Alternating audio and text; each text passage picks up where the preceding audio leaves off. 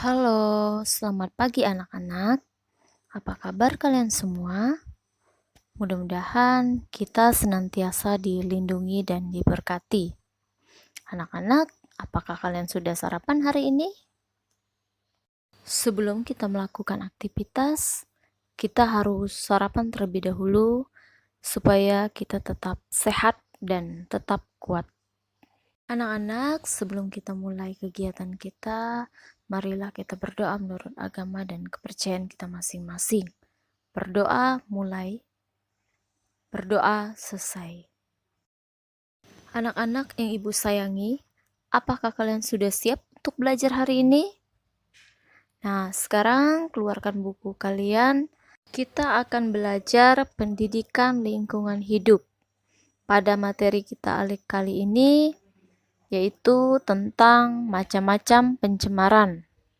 Anak-anak, apakah kalian masih ingat apa itu pencemaran? Pencemaran adalah masuknya suatu komponen ke dalam suatu lingkungan dengan kadar yang melebihi batas normal. Nah, itu yang disebut dengan pencemaran. Sedangkan zat atau bahan yang mengakibatkan pencemaran itu juga disebut dengan polutan atau bahan pencemar. Macam-macam pencemaran terdiri dari ada pencemaran udara, ada pencemaran air, pencemaran tanah, dan juga pencemaran suara. Anak-anak ada yang tahu apa itu pencemaran udara?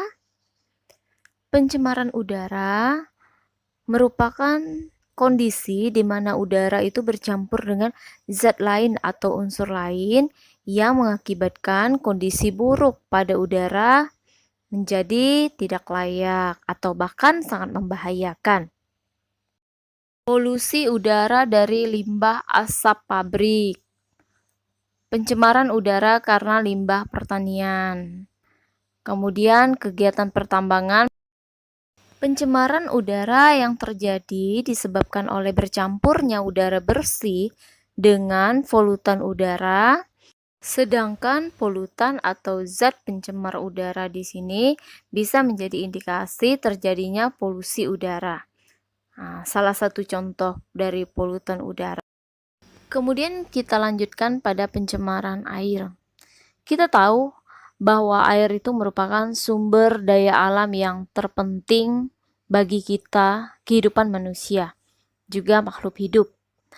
2/3 dari permukaan bumi ini merupakan air, bahkan sekitar 60-70% dari komponen tubuh manusia terdiri dari air. Anak-anak, salah satu zat yang dapat mencemari air adalah air limbah. Apa itu air limbah?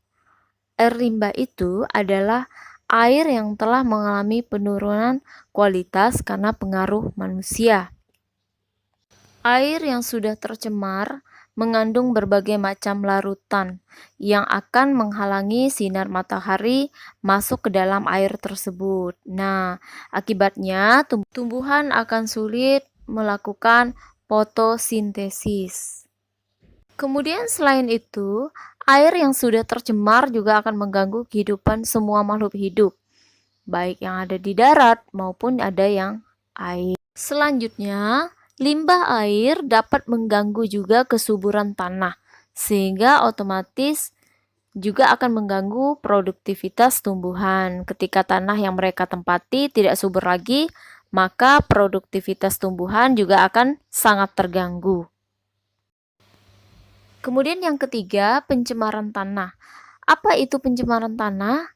Pencemaran tanah merupakan keadaan di mana bahan kimia buatan manusia masuk dan mengubah lingkungan tanah alami. Dari pencemaran tanah berupa kebocoran limbah cair atau bahan kimia industri, penggunaan pestisida, kemudian zat kimia. Kemudian yang terakhir, polusi suara atau pencemaran suara. Merupakan gangguan pada lingkungan sekitar yang disebabkan oleh bunyi atau suara yang mengakibatkan ketidaknyamanan, ketidaktentraman makhluk hidup yang ada di sekitar. Contoh dari polusi suara di sini, klakson kendaraan yang biasa digunakan, yang berlebihan. Ini salah satu contoh yang sering kita jumpai. Kemudian adanya situs pembangunan konstruksi, bising pesawat di bandara. Anak-anak yang Ibu banggakan, untuk pertemuan kita kali ini cukup sampai di sini. Semoga apa yang kalian dapatkan hari ini bermanfaat untuk kalian semua. Anak-anak, terus semangat dalam belajar, kerjakan tugas yang sudah diberikan. Akhir kata, selamat pagi dan salam sejahtera untuk kita semua. Sampai jumpa.